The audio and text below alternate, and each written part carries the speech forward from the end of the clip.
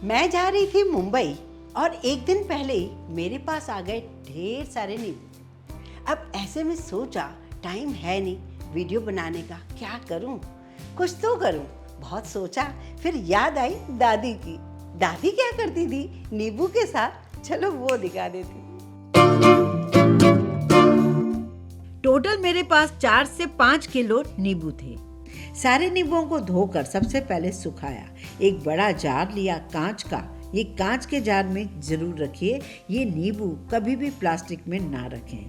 कांच के जार में मैंने नींबू को, जो साफ साफ नींबू थे, उन्हें रख दिया और उसमें मैंने डाला साफ आरओ वाला पानी। आरओ मतलब आपको खारा पानी नहीं डालना है, मीठा पानी जो पीने वाला होता है वही आपको डालना है।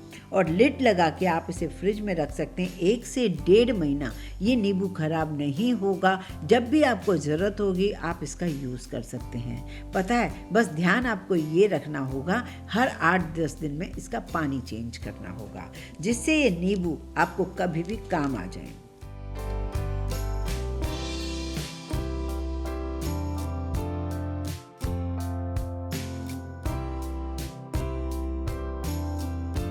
आगे आपको बताऊंगी जो कट किए हैं नींबू उसके साथ कौन सा अचार डालने वाली हूँ, बिना चीनी के, बिना ऑयल के। इतना चटपटा अचार कि पूरे 12 महीने क्या 12 साल रख सकते हो। तो दादी एक अचार बनाती थी जिसमें कुछ करना ही नहीं होता था। नींबू साबुत ले लो या काट के डालो, बस नमक डाल के फिलहाल तो 15-20 दिन के लिए छोड़ दो। तो जब ये सॉफ्ट हो जाएंगे तब इनका डलेगा अचार। और जो साबुत नींबू रखे हैं ना थोड़े घस के, वो तो कभी भी आपको कोई पेट में तकलीफ हो उसके लिए। तो अगर सिल है तो मैंने वहाँ पर घिस दिया, सिल नहीं है तो कोई बात नहीं। आलू जिससे छीलते हैं ना पिलर से, उनसे थोड़ा थोड़ा कट लगा सकते हो या हल्का हल्का छील सकते हो कहीं कहीं, जिससे मैं नमक डालूं तो 1 महीने तक नमक इसमें एब्जॉर्ब कर ले। ये अचार कभी खराब नहीं होता। अभी तो हम इसे कवर करके कांच के जार में रख देते हैं, कोई पानी वगैरह में एक्स्ट्रा कुछ भी नहीं डालना है। धीरे धीरे नमक और नींबू अपने आप ही पानी छोड़ता जाएगा। चैनल पर अगर नए आए हो, अभी तक सब्सक्राइब नहीं किया है, प्लीज़ चैनल को सब्सक्राइब ज़रूर कर लीजिए। तो सबसे पहली जो ट्रिक है, जो भी नींबू आपके लग रहे हैं कि थोड़े आड़े टेढ़े हैं, खराब हैं या कुछ है, तो उन नींबुओं का रस निकाल दीजिए। पहले तो रस निकालना ज़रूरी है, क्योंकि रस के बाद ही हम डिसाइड कर पाएंगे इसमें गुड़ या चीनी जो भी डालें कितनी डालें। तो यहाँ पर मैंने रस इसका निकालना शुरू कर दिया। याद रहे, जब रस आप निकाल रहे हो तो कांच के जार में ही निकालिए, क्योंकि नींबू स्टील या एल्यूमिनियम में नहीं निकालते हैं। ना जूस है उससे ज़्यादा गुड़ ले लीजिए या फिर चीनी। मैंने चीनी ली है, लेकिन चीनी थोड़ी ज़्यादा ली है, मतलब नींबू का रस जितना 1 कटोरी है तो मैंने उससे थोड़ा भर के लिया है। एक मैंने साफ जार लिया है कांच का, उसमें दोनों चीज़ों को मिलाया है। धीरे धीरे रोज़ थोड़ा हिलाती रहूँगी और इस नींबू के शरबत को अपने आप बनने दूँगी। 15 दिन बाद मैं आपको सारी चीज़ों से फिर से मिलवाऊँगी और वो कैसी क्या कंडीशन है, कैसे अचार डाल रही हूँ, कैसे क्या कर रही हूँ, वो सब आपको बताऊँगी। अब मैं आपको बताऊँगी कि इन सारी चीज़ों का मैंने किया गया। तो सबसे पहले हुआ ये, जो नींबू मैंने पानी में फ्रिज में रखे थे, आके उसका पानी चेंज किया, क्योंकि 10-15 दिन में अगर पानी चेंज करते हो तो नींबू बिल्कुल परफेक्ट पड़े रहते हैं।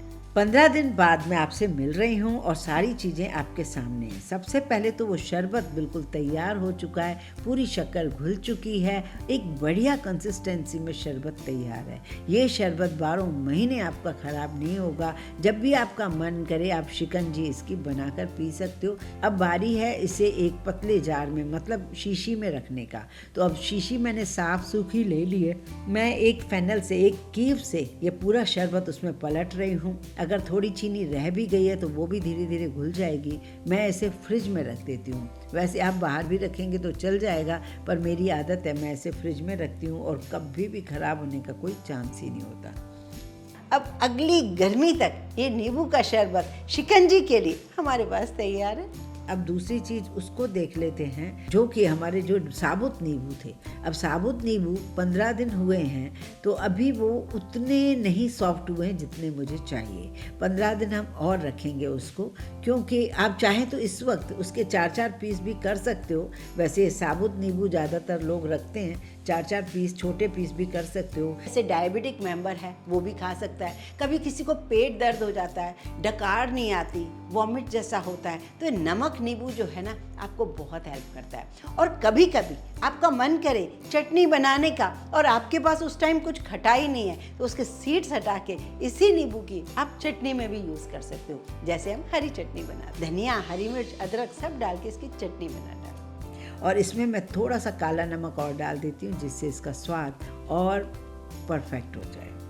तो इसको हम 15 दिन के लिए और रख देंगे। उसके बाद तो वो पड़ा रहे चाहे जितने दिन भी हों, नींबू का अचार खत्म हो जाएगा, ख़राब नहीं होगा, ये मुझे पता। अब जो नींबू मैंने पीसेस में करके रखे थे एक जार में, उसे मैंने निकाल दिया। इसकी हम अचार डालेंगे।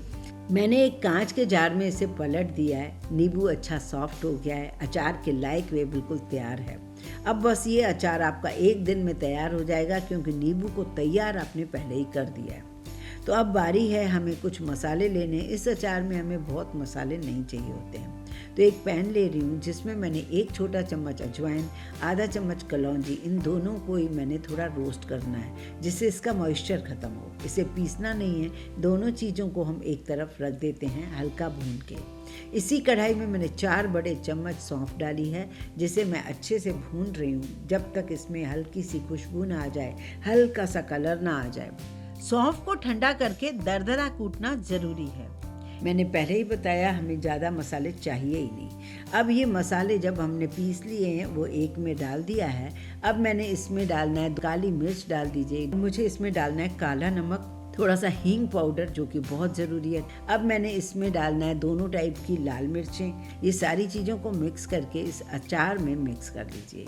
अब आपका मन है तो इसमें 1 कप तेल गरम करके डाल सकते हो ठंडा करके, लेकिन मैं इसमें नहीं डालती हूँ। ये बिना तेल का अचार ख़राब नहीं होता है और इसे बाहर ही रख सकते हो, कोई प्रॉब्लम नहीं आएगी। तो है ना आज अमेजिंग सा वीडियो। अब आपको बहुत सारी वैरायटी मिल गई। नींबू जब भी मिले ये अचार तो डालना बिल्कुल ना भूलें। तो ये अचार तो बनकर तैयार हो गया है। इसको साफ ढक्कन लगाकर और रख दीजिए। आप बस कल से इसे खाना शुरू कर दीजिए, क्योंकि ये जो मसाले हमने डाले हैं वो कल तक फूल जाएंगे और ज़्यादा स्वाद दे देंगे। इसमें हमने ना तो विनेगर डाला, कई लोग इसमें विनेगर डाल देते हैं, कई लोग तेल डालते हैं। ना विनेगर, ना ही सिरका, ना अचार का तेल, ना ही धूप का टेंशन, ना ही कोई गुड़ चीनी का टेंशन। तो ये अचार बनकर तैयार हो गया है। डालकर देखिए इस अचार को। ये अचार आपको उंगलियां चाटने पर मजबूर कर देगा, क्योंकि इतना स्वाद है।